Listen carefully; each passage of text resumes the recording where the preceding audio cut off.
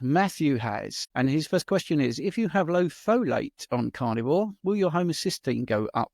Got tested 7 months. Carnivore folate went from 13% to under 2. Homocysteine was high, 15.8, but that was the first test ever. I mean, yes, folate is vitamin B9, and homocysteine is an amino acid in the blood. And yes, you need folate. It's a cofactor in the sort of breakdown of homocysteine into methionine, which I think Richard will explain in a minute because he loves the science. But yes, if you've got low folate, then you might find the conversion of homocysteine to methionine reduced slightly. But you've got to look at everything as a whole, not just those two numbers. And you can also have a look at things like B12 and B6 are also cofactors in all of this. But I don't necessarily think numbers are the best way to go. It's how you look, feel, how you're sleeping, what your energy levels are, your muscle mass, virtually everything that we can think about to do with health is really important. But there's a lot of folate in eggs, so you shouldn't be low. Anyway, what do you think, Rich? Sorry. Yeah, I completely agree. It's, I think we shouldn't let the results wag the dog, as they say. Don't let the tail wag the dog. And I think we quite often get caught up in levels and readings, but I think you've hit the nail on the head. How do you feel? So that's the question that I put to Matthew. If you feel fantastic, then does it really matter? The other thing to take into account is these ranges are done on an average person. The average person is not well. So that's where I bounce back. But coming on from that, you're completely right. The MTHFR enzyme and methylfolate, or B12 and B6 make methylfolate, which break down homocysteine, creating methionine, which goes on to create something else called SAMe, which is S-adenosyl methionine. And that's responsible for lots of things within the body. It tackles inflammation, detoxes, makes neurotransmitters, and so on and so forth. So this process is incredibly important. One of the things that I find sometimes is that with the carnivore lifestyle, we tend to avoid maybe eggs and other sources of folate. So that could be a problem. Maybe, as you say, lack of eggs. Eggs are a fantastic source of folate. Now, there are other things as well. Now, did he say that's the first time he's been tested? But that was, yeah. Yeah, I think it was, yeah. Okay, so look, he could have an MTHFR defect.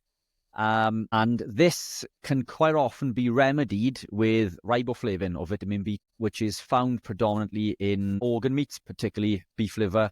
So what I would suggest is, but you need a lot. It's supplementation. Not a big fan of.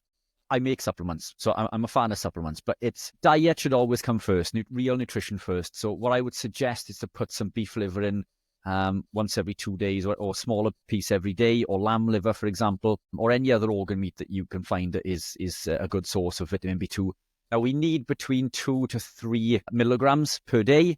And if you were living carnivore just on beef and salt, then you are only achieving around 0.2 to 0.3. So 10 times lower riboflavin than you would if you were consuming organ meats. So consider organ meats. If you don't want to, consider supplementing with desiccant organ meats. If you don't want to do that, then maybe look at supplementing with vitamin B2. Just make sure that it is an active version and highly bioavailable and organic.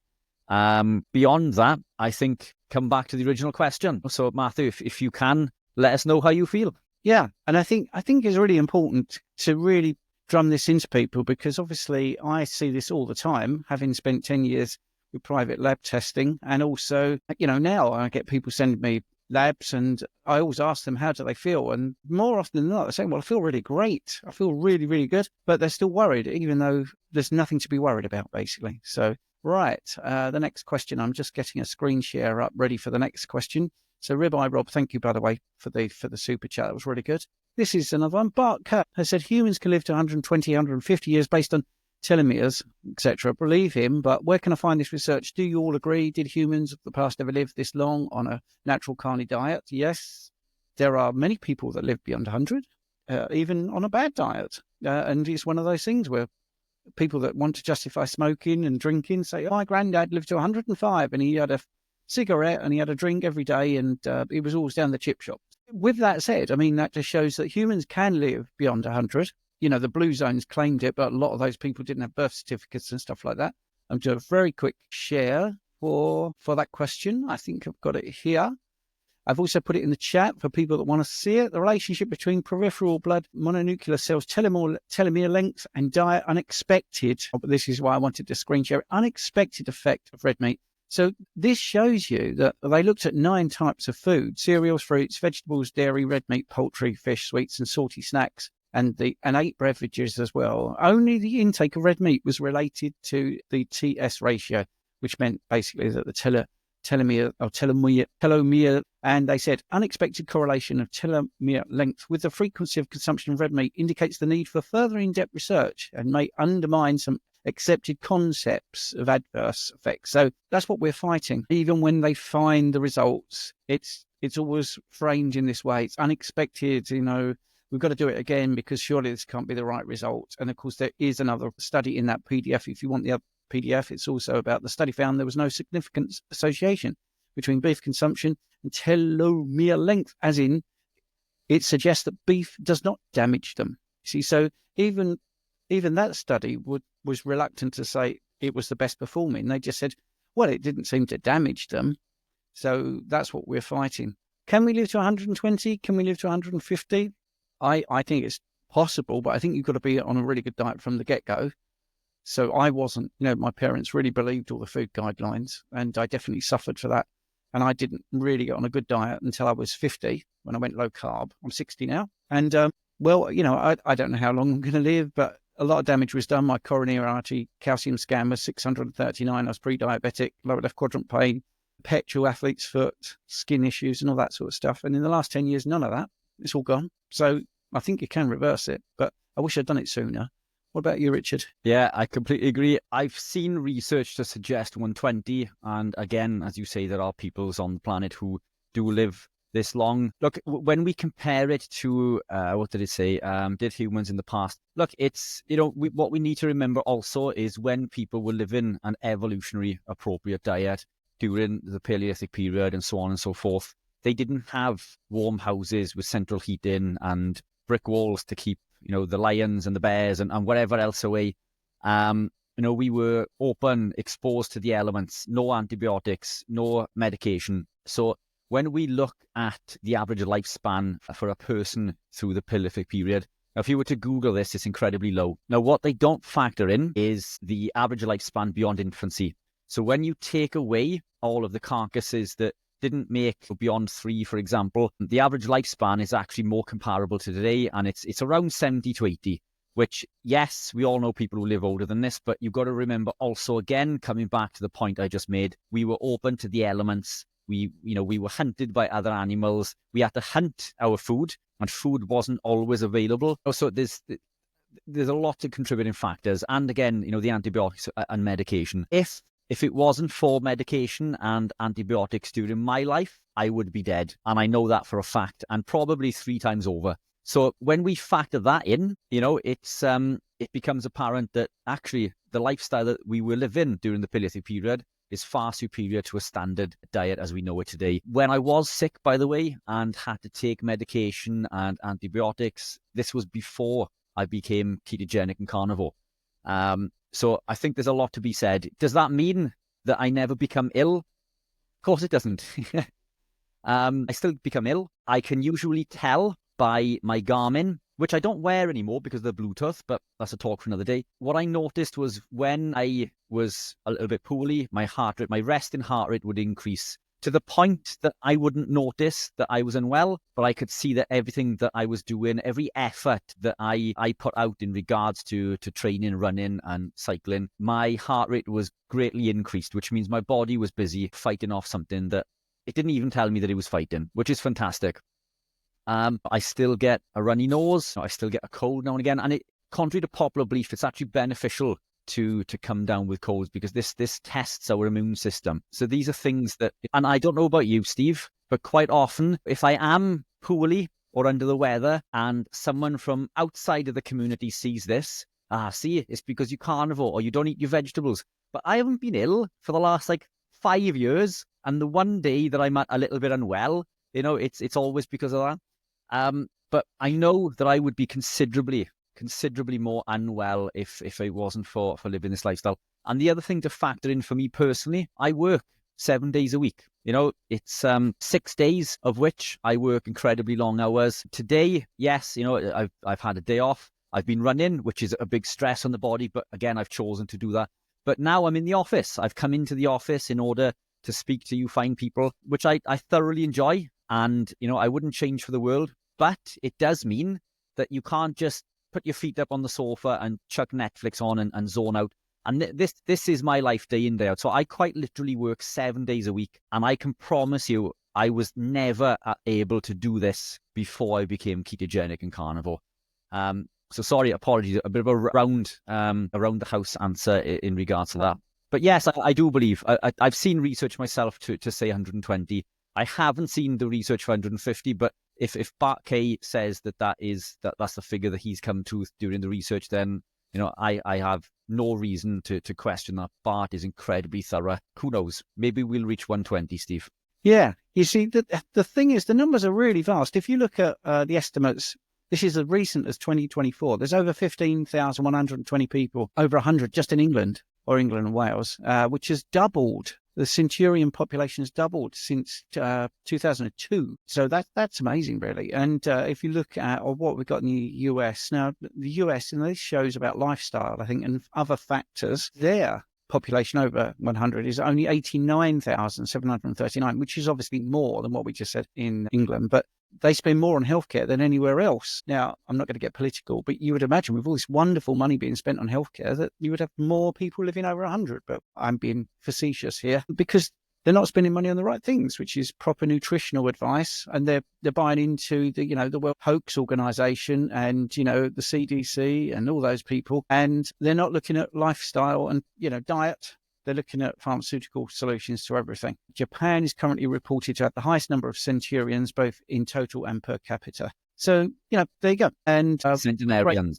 Centenarians, yes. What did I say? Centurions. Now, I made the same mistake during a recording that I did, and everybody picked me up on it. Yeah, sorry. I knew what I meant. I know what I meant. The term decimated comes from centurions, actually, because what would happen when the Romans went to battle, they would have, let's say they had a unit of 100 soldiers, they would decimate them. If they lost, they would kill 1 in 10 as a punishment for losing the battle. That's where decimate comes from. Anyway, right. But thank you for correcting me. That's all right, Richard. I love it. You know what? The other night, I did a live stream with Dr. Abs, and nobody told me. I had like a black mark or something up here.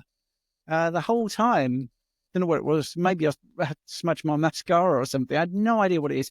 We have got a real fire, so maybe, I did the fire and then just sort of scratched my eye. It's a great big black mark here. And I thought, I'm not putting that out because people will say, what's that? What's that? Anyway, right.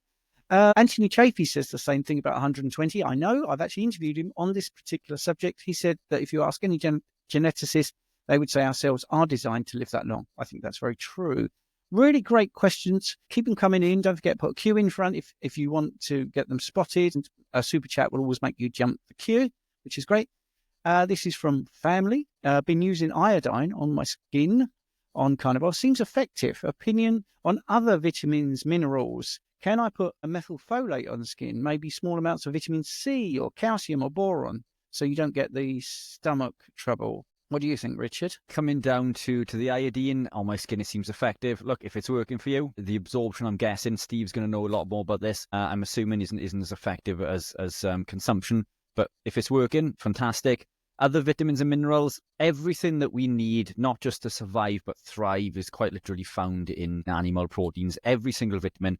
I won't bore you guys with them now. You've probably heard me mention them many times previously. Unless you want me to, Steve, we can go through each one of them if you want. Everything, I promise, is found in far higher quantities in animal proteins comparative to fruits and vegetables. There's quite literally nothing that we need from fruits and veg. Now, the one that does come back, which you've mentioned there, vitamin C. Vitamin C is actually found in certain animal proteins, contrary to popular belief. And the interesting thing with vitamin C is that it's absorbed through 2 different transporters and more, primarily through one in particular, and it's the GLUT4 transporter. The GLUT4 transporter is a transporter that is shared with the transportation of glucose. So when we live a low-carb, ketogenic or carnivore-based lifestyle, there is less competition fighting for access to that cell.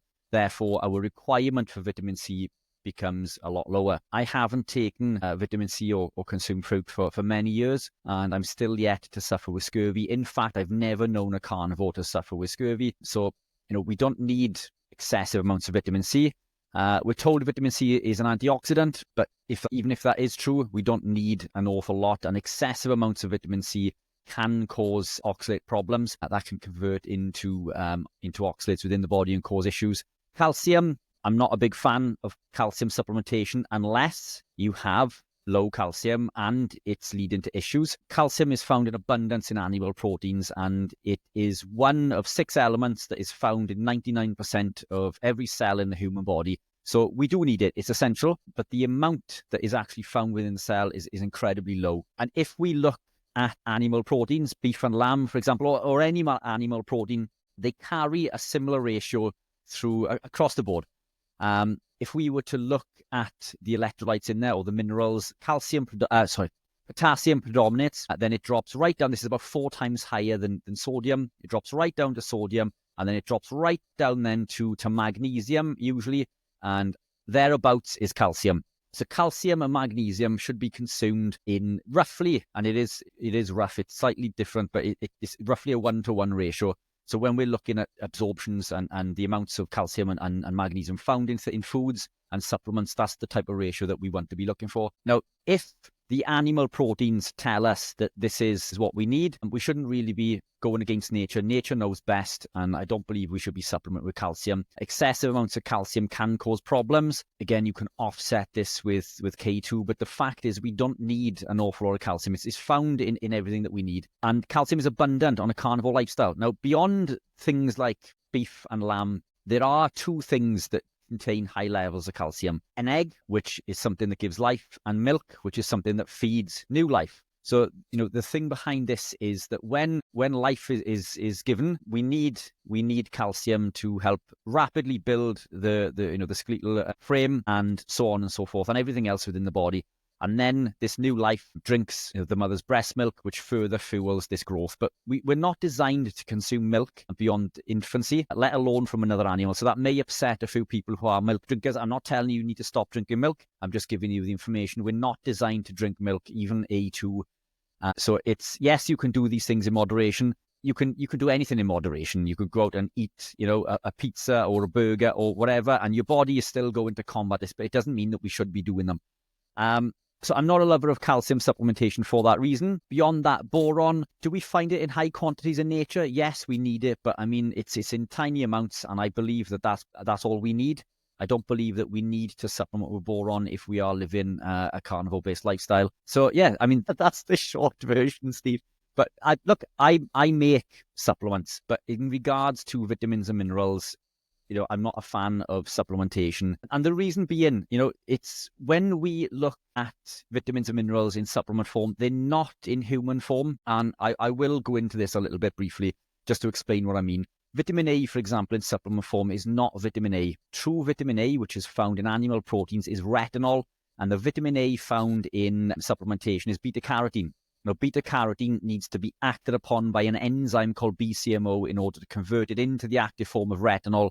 And in order to do this, it's depleted by over 20 times, making the amount that's actually absorbed close to 0. When we look at things like iron, for example, iron in supplement form is mined from the ground. This is very different from the iron that you get from animal proteins, and it will cause oxidative stress and damage to the cells. Now, even if those vitamins were all in there in the right form, they're in a little capsule which hits the digestive system, and your body just goes haywire because all of these things are released, and then they start to try to compete for absorption. Lots of these vitamins and minerals compete for absorption. Now, this doesn't happen when we consume animal proteins. This is why you hear people mention about animal proteins being 100% bioavailable.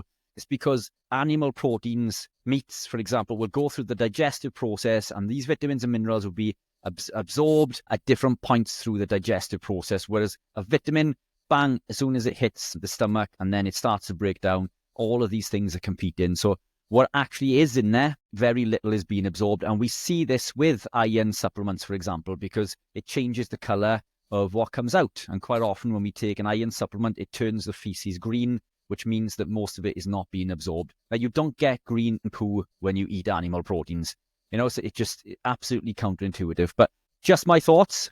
Have you got anything to add, Steve? Well, no, I was just thinking we've gone a little bit away from the question, but I think it's great that you've done that because it is still supplementation we're talking about, but it's just a different method, rubbing it on the skin rather than ingesting it and then digesting it so you avoid any stomach trouble. So I think it's a really good question. I suppose to be a very broad answer, and it'd be great actually to have abs here, Dr. Abs. We've both got abs, by the way, but well, everyone's got abs.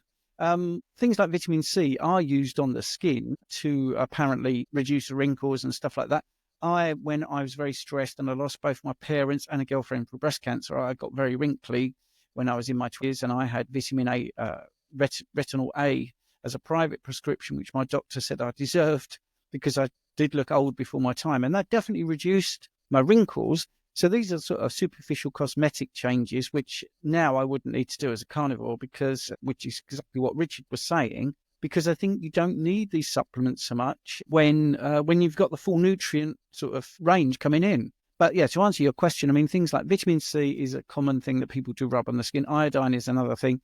If it works, again, as Richard said, that's great. Vitamin E is another one. It's in moisturizing and sort of creams and stuff like that, allegedly antioxidant, and B3, which is sort of anti-inflammatory. But I'm with Richard. Sorry, I just feel this way of eating. You probably don't need to do that, but I certainly understand anything that stops it hitting the stomach is a good idea. And if you try and it works, more power to your elbow. I just want to show this. This isn't a question, but it made me laugh. Hearts. I think I have a man crush on Richard. He's so knowledgeable. I'll take it. Thank you. Yes, we will take any compliments these days, so thank you. Yeah, we'll have it, definitely. Let's go for the next one, which is an interesting question from Matt Taylor. On carnivore for 9 months, no diabetes, using a continual glucose monitor, saying my blood sugar has been in the 40s and 50s at night, even had me as low as 39. Not sure how accurate it is. Assuming no problem, has anyone else seen this? No symptoms? Yes, definitely seen this. Nighttime, you can expect your blood glucose to go down because you're asleep and everything is being down regulated. I would be more worried if it was high, to be honest, than low. If you're waking up, you're not dizzy, you've not got headaches, even just lying on the continual glucose monitor, as in resting on it, can make a big difference. I don't think it's a problem, as you've got no symptoms, you're not having any issues whatsoever. And of course, obviously, if you've got a CGM, you're seeing what happens in the morning. So the dawn phenomena then kicks in. You have that deep sleep, then it kicks in, gets you up. And the most common thing I have people talking about is actually it's higher in the morning than I was expecting. And that comes from, I mean, I haven't been doing it as long really as some people, but 15 years ago when I started working in diabetes and obesity, the myth was still, this was before all the monitors, that diabetics, type 2 diabetics, which is like 90% of the people you see, must have some food immediately on waking because their blood sugar is going to be so low, which of course that's absolute, complete 180 of what the truth is. And it tends to be really high. So for me, Matt, I think that's okay, especially as you put, there's no symptoms. You're just asking a question. Yes, I do see it, and I get at least one a month, but people are worried about that low thing. But at least one a week, worried about it being slightly higher than they was expecting. Anything to add, Richard? No, I think you've covered it. The thing is, there's no problems. If they were, I'd say that we can delve into things. One of the things could be damage to the diurnal rhythm, which is based on cortisol, but no problems. So let's move on. Yes. Well, there's a book recommendation is the next question. Right now, it's one of the things I'm considering in our school group is book recommendations, because we get this a lot. Anyway, Matthew's asking, any recommendations on best book about human biology, human anthropology? The first thing I'm going to say is many of the books will get it wildly wrong. I'm sorry, but they will, because they write based on myths and poor research techniques, which both Richard and I have mentioned before. I can give you a list. I think one of the gateways is a book I was just looking at there, called Fingerprints of the Gods by Graham Hancock. And that actually will get you into archaeology and the myths surrounding archaeology. Once you realize that a lot of what you've been told about the development of the human race across the globe, which Graham Hancock does exceptionally well, you'll realize that the books that are out there, you need to read with a mind that maybe this isn't particularly true. I prefer medical textbooks. So over there, I've got Guyton's medical textbook. I've got a book about biochemistry, which is just simply called biochemistry. And you want to get books before pharmaceutical companies started to sponsor them. So Guyton's medical textbook is very good. If you're interested in diabetes, then Jocelyn's Diabetes Mellitus is very good. Now, Kindred is a good book. Neanderthal Life by Rebecca Rag Sykes is quite a good book. So there you go. I have no particular ones to recommend other than that. What do you think of anything you want to add, Richard? Yeah, there's none I can think of. I've studied biochemistry. I have biology on the list to study, but these are courses that that I qualify in. But even that said, what I have noticed is that you're right. Half of the information is right, and then the other half goes on to say how fantastic the fruits and vegetables and grains are. And that's where they lose me. So I use these things to study, to learn the pieces of information that I'm not aware of, and try to broaden my understanding of how the human body works. But yeah, it's I can't think of any off the top of my head. But yes, let's do that. Let's put that into school and make a book recommendation page. Yeah, I think we're going to do that. That's great. So that's happening live. Don't forget to like, share, and subscribe. It really helps us on the channel. Recently, I had YouTube apologize to me because someone had flagged my YouTube channel as spam. And what was the other thing they said? One other thing. Anyway, and they removed videos accidentally. They apologized and said it was completely wrong. So what was it? I can't remember the other phrase they used, but it made me laugh. Anyway, here we go. Let's go to the next question. Hope that was all right, Matthew. Can a slight runny nose after eating beef indicate a histamine intolerance? What are other symptoms of histamine? And is there any harm to overall health adapting to carnivore? Other symptoms, yeah, lots of things. There's usually issues with breathing, as you say, which come hand in hand with like a runny or stuffy nose. Sometimes nausea, abdominal pain, diarrhea, lots of things, headaches, migraines, so on and so forth. Now, the thing with histamines are made from two different things within the body, two different, what's the word I'm looking for, Steve? Yeah, I can't think. One is the mast cell. So cells, let's go with cells, yeah.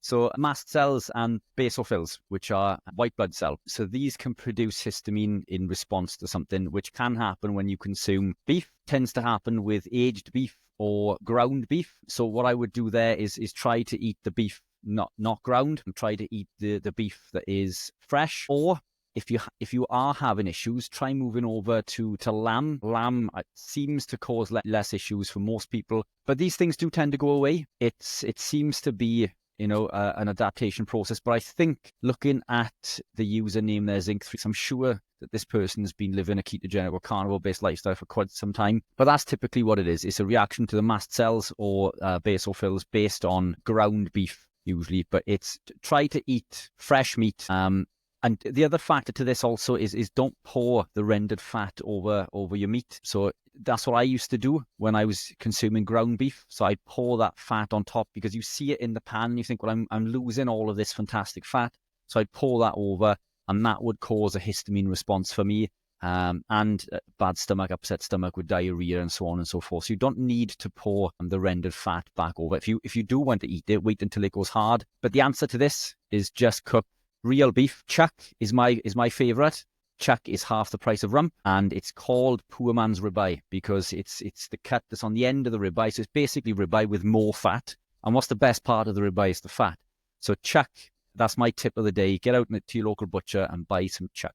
Yeah, it's brilliant. The neurons in the brain also release histamine as a signaling molecule to release gastric acid. So that was what I did my honours part of my physiology and health science degree over. It was the somatosensory part of the brain. So I need to just remind people that if you want to get a Shakti mat, we talked about this in school, which is like an acupressure mat. There is a 30% thing off in school, but that runs out at midnight tonight.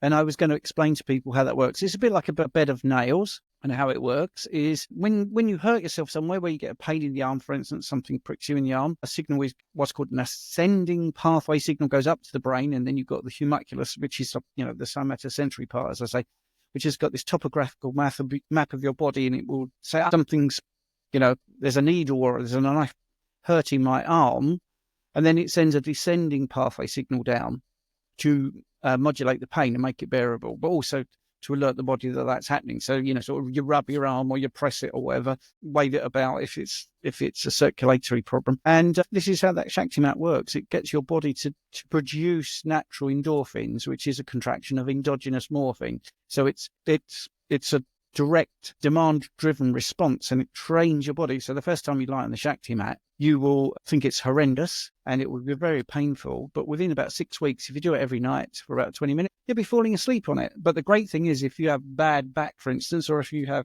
problems with your legs, for instance, you put your legs on it. And it's amazing, which is amazing how it brings back to life a lot of the things where you've been having aches and pains. Totally natural thing. It's called a Shakti-Mat, Shakti, and it's on the school website if you want a link. And I'll put a link in the description to school, in the description to this video. Do you know what? There's so many reasons, isn't there, to join school? And at the moment, it's only $4 a month. Right, so enough of that, because I sound like a salesman. I don't want to do that. Right, let's get rid of that banner at the bottom now, because I think we can go on to the next question. Do you think people with hypothyroidism should supplement with zinc, selenium, B12, and vitamin D? I'm supplementing just in case. I think that's a good list. I would also add iodine, but what do you reckon, Richard? Yeah, look, cover all the bases through your dietary needs. And as you say, selenium and iodine are going to be preference because we need these to convert T4 into T3 in the whole process of making thyroid hormone. If you are living a ketogenic lifestyle, if you are consuming things like broccoli or other cruciferous veg, remove those because they compete for absorption at the thyroid for iodine. So this can cause lots of problems. If you are carnivore, I should imagine that most of these are going to be covered. The selenium, fantastic supplement. B12, providing it's cobalamin. We want to avoid cyanocobalamin, so we want methylcobalamin. Vitamin D, yeah, I'm not against supplement with vitamin D. I think we can obtain it again naturally, but there are cases, one of which I'm working with from the States currently, that has a genetic defect that prevents that conversion of 25-hydroxyvitamin D into calcitriol, which is the active form. But yeah, that looks like a fantastic list. And as Stephen says, iodine potentially. But again, prevention is better than cure. If you are consuming any compounds that are blocking that absorption of iodine, such as broccoli or any other cruciferous veg, then we need to look at taking those away. Excellent. We have a super chat from Sherry, by the way, and another question. I don't really understand it. Do you think orange ruffly with butter is as nutritious as a ribeye or lamb? Do you find lamb easier to digest versus other meats? Thank you. Do you think orange ruffly, is that? I think it might be a typo, don't you? Possibly, unless I know Sherry is based in the States, I believe. So is it an American thing potentially? I said fish. Okay. In America. I'd never heard of it. There you go. Me neither. Do you know, I feel awful for this, but I don't know because it's a fish that I'm unfamiliar with.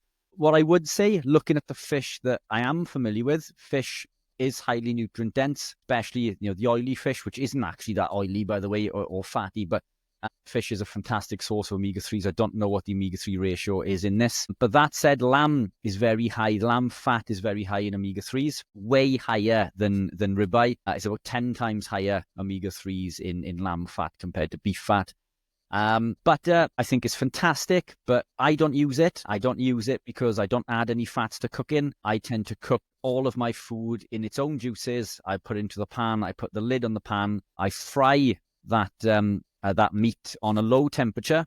Obviously, we don't want to elicit that acrylamide response. So I put the lid on, I keep it below 175, even if it takes a little bit longer.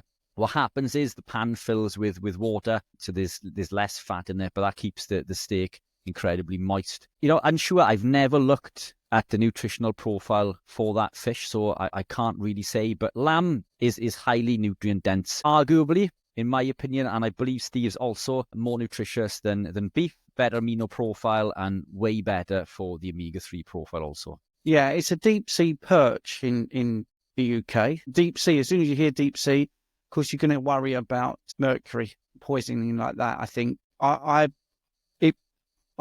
not completely sold on that. It does depend where you get it from, I think. But yes, it seems okay. Nutritionally, it seems okay. Protein per 100 or 85 grams is near enough 20 grams. But it is very low in fat. Very, very low in fat. But I don't know what the EPA... So this is the reason. So this is the reason she's adding the butter, obviously, So yeah, I think... Well, go on. Sorry, No, carry on, mate.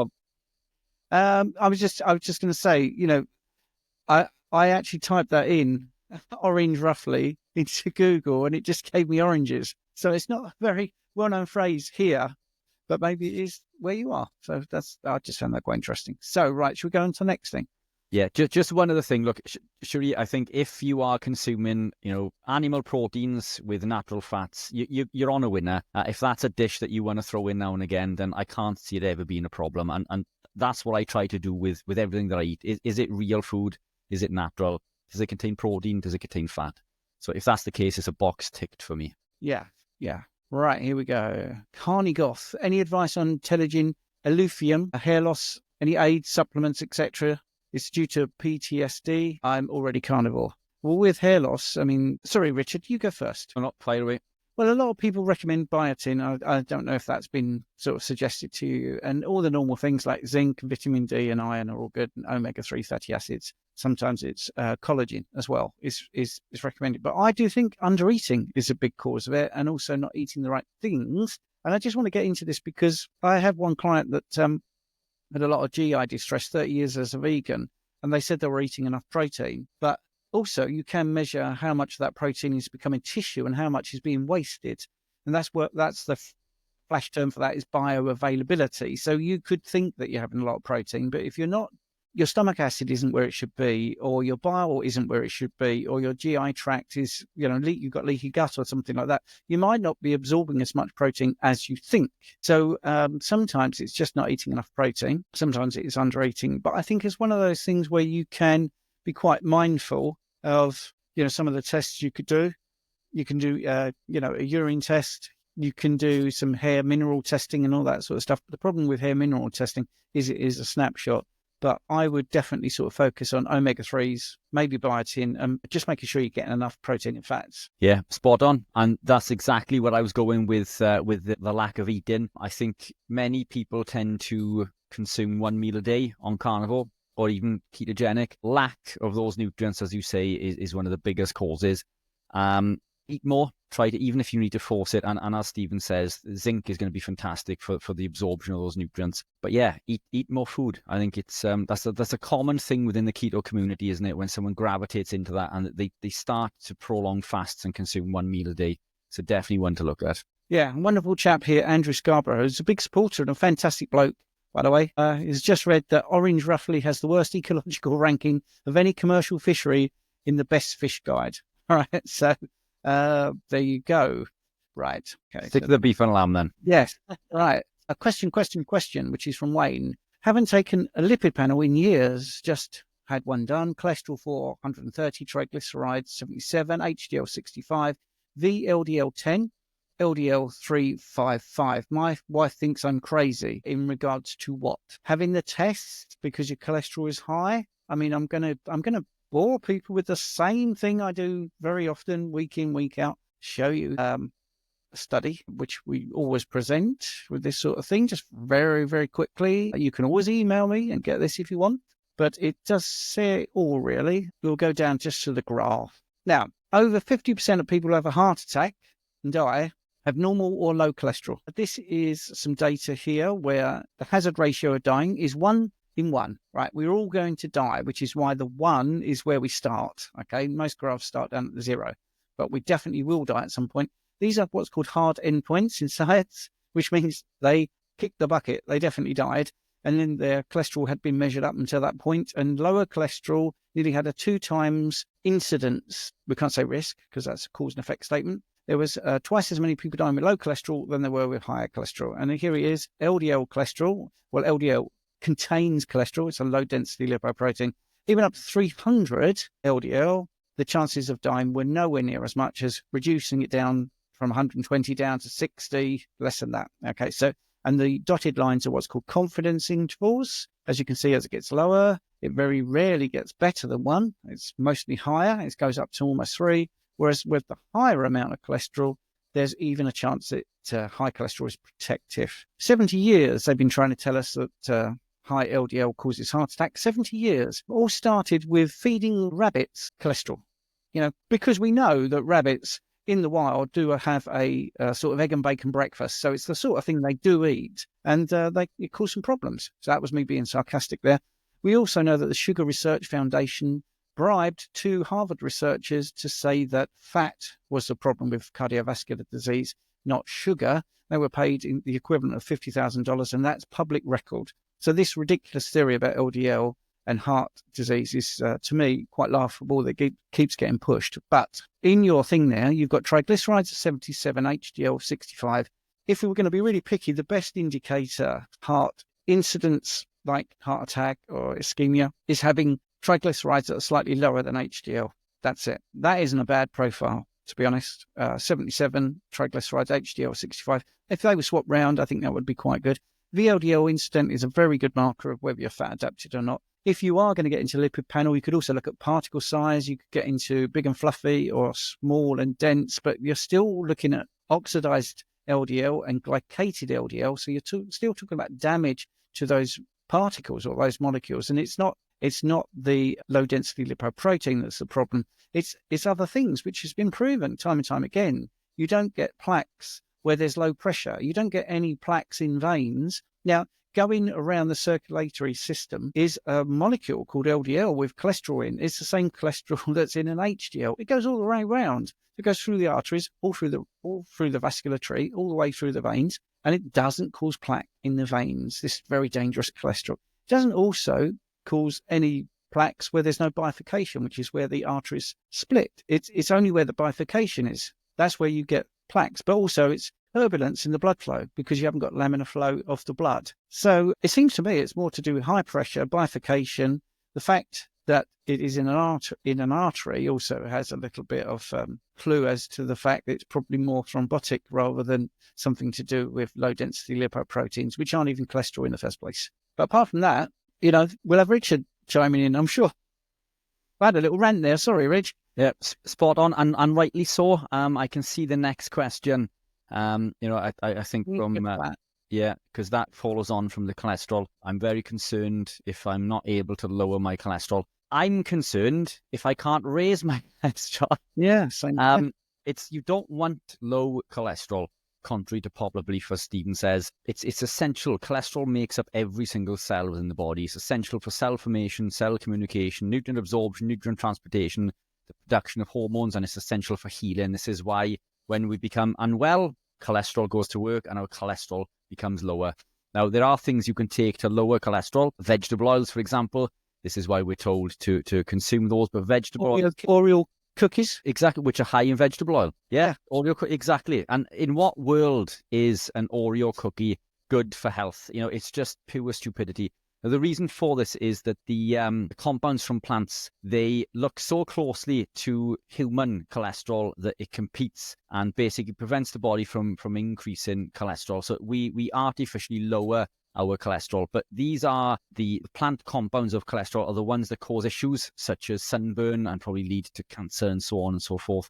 When we remove the plant sterols, we see an increase back to a normal physiological level. So it's not a case that our cholesterol is increasing, it's just a return back to a normal level. And I can prove this.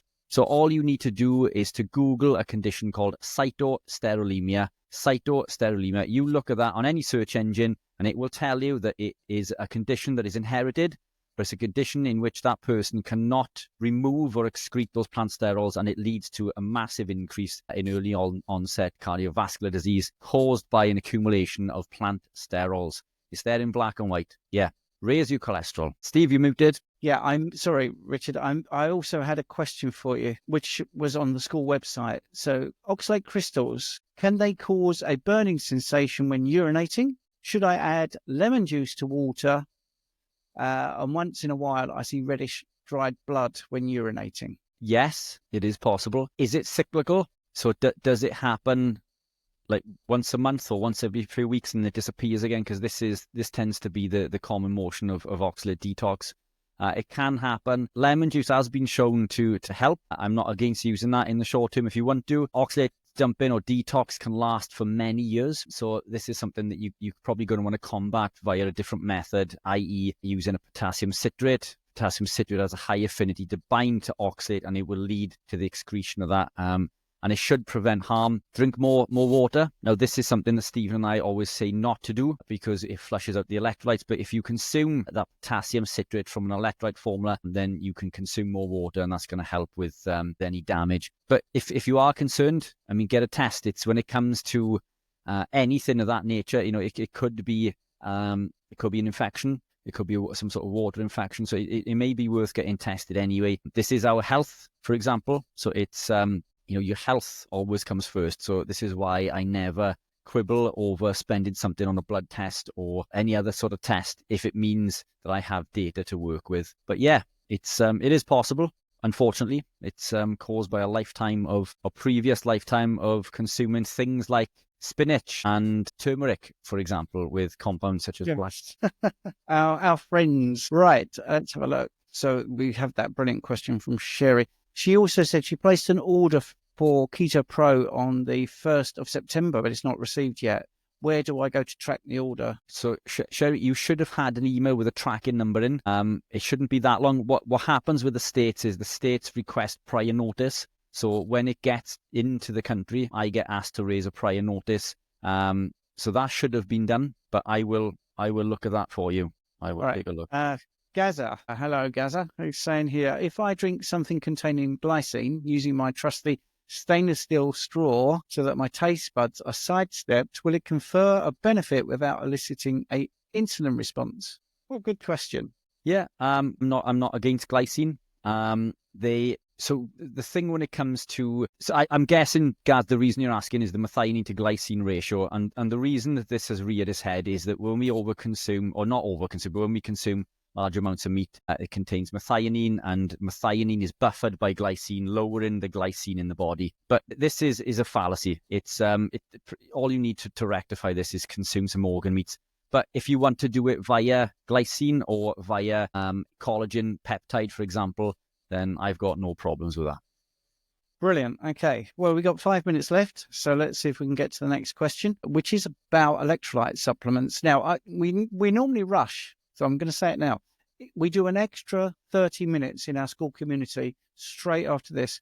So if there's no questions to answer, we will start fresh with the ones in the school community. If we haven't answered your question yet, we'll try and answer it over there. All you got to do is click on the link that I put in the chat. I'll do it again. And you can join school. Like I say, it's $4 a month. That's less than $1 a week. And you get 9 courses that you can do, free ebooks. There's just so much. A great community. It's very supportive. So, right, let's have a look at this. Can electrolyte supplements trigger anxiety? 17 days into carnivore from keto. Yes, is the simple answer. It's usually to do with excessive amounts of sodium, and we rectify this with potassium because potassium calms the heart, and it's this combination that leads to things like palpitations and that feeling of anxiety. I'd be curious to know which brand you're using. As you guys know, I make electrolytes. I don't know if you're using my brand, but it would be, if you could let me know, because the more data that we have, the better product that we can make. That typically doesn't. So if you are consuming excessive amounts of sea salt or pink Himalayan and supplemented with electrolytes that is high in sodium and not an equal ratio to the potassium, then this could cause a problem. So you can remedy it from 2 ways: reduce the sodium or increase the potassium. There are lots of other factors going on with this as well. This is an incredibly simplistic answer. Normally with a client, we'd look into everything that they go through, drinks and water, the amount of fluid that they consume in, every piece of food that they consume, plus what they go through during the daily life, which is what you and I do. And that's how we make money, Steve, isn't it? We offer consultations. So Steve and I both offer consultations, and we'll pop the links for those in the show notes also. But this could take an entire hour and some to get into the weeds. So that is an incredibly short answer for an incredibly complex question, but I hope that helps. I think it's fantastic. So yeah, I'd love some comments, because we're going over to school now, which we do every single Sunday night, 8 p.m, only for 30 minutes, but it's definitely worth it. There'll be some other people already over there who are members with questions. It's a very, very supportive community and growing very quickly. So those prices, we can't hold that price for long because we want it to stay reasonably small, but we also would like to be able to pay for the software. The platform's quite expensive to run. But anyway, Virginia has just joined. Thank you very much. So we might see you in a minute. She's really good. I was going to say one other thing, which had completely slipped my mind, but I wanted to also say well done on your time for your half marathon, Richard. It is really appreciated that you do this every single Sunday. As you've said, we both give our time for free. So that's why, on school, we try and make a little bit of money out of it. You can always super chat. If you're watching this on the playback after now, when we've just finished, please put stuff in the comments. Please like, please share, please subscribe to both our channels if you can, because otherwise we can't get the message out. And I tell you, I had a terrible message from YouTube, and it was just so upsetting because we're trying our best, and someone can flag you up, and then they just basically take. Oh yes, sorry. Talk about your keto brain health very quickly. It's not my keto brain health, but it's I am speaking there. So I've just put that in. Steve, you've got a discount code also. I've just put Pro in, which will give you a discount off your ticket. But that happens on it's 12 days time. I've got it on the other screen. So that's the Keto Brain Health Conference. This is a fantastic conference. I'm speaking there. We've got Anthony Chafee, we've got Zoe Harcoom, Rachel Brown, the Real Food Company are also going to be there. We've got Ivor Cummins. So some incredible speakers, but this is for absolutely everyone. This isn't an academic event, so you don't need to come and worry about not understanding the information. This is going to be incredibly simple and with actionable takeaways that you can go away and action. If you know everything and you know someone a family member, for example, who is concerned with things like dementia, cancer, or whatever it may be, type 2 diabetes, then gift them a ticket, get them to come. This is in Manchester, as I say, on October the 19th in 12 days' time. And you get to see me there, which is probably not to come. And I'll be there, by the way, with the film crew that we were talking about earlier. So it's all very exciting. Virginia, just email me at zerocarbcoach, all spelt out, not a number, zerocarbcoach@gmail.com for blood consultations. Thanks very much. We'll see you over at school. Thank you, everybody. And thank you all.